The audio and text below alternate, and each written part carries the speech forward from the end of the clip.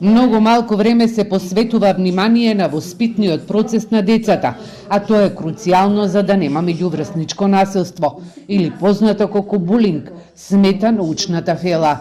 За жртвите и насилниците се дознава преку социјалните мрежи. Децата денеска го снимаат насилството, кога се случува и не помагаат на жртвата.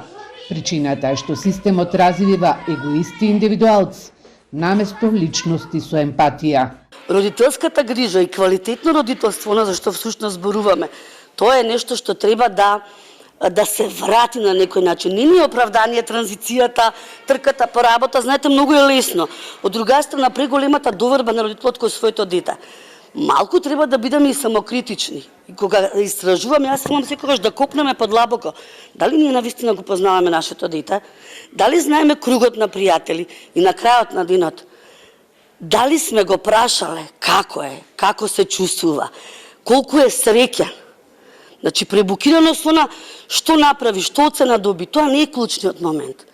Универзитетскиот професор Софија Георгиевска од Филозофскиот факултет при УКИМ Скопје вели булингот е неизоставен дел и со менталното здравје.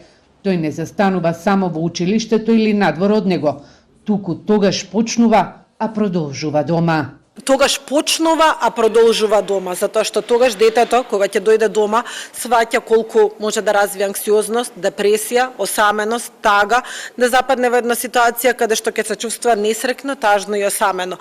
И не само на дете кој што е жртва на булинг, дури оние кои што се неми сведоци, наблюдувачи, не знаат како да постапат во дадената ситуација, се оние кои што се плашат некогаш да пријават, затоа што насилникот е многу помоќен од нив. Меѓутоа, јас би рекла и насилникот е оној кој што има проблеми со менталното здравје.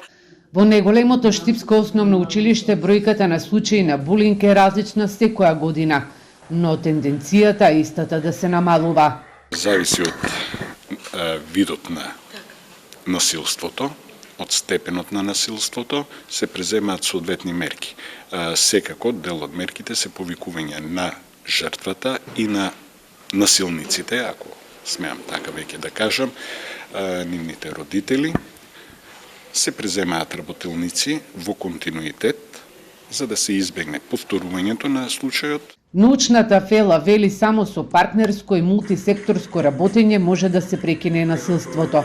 Токму затоа треба и да се работи на национална стратегија, која ќе подразбира од истражување, препознавање, па се до превенција.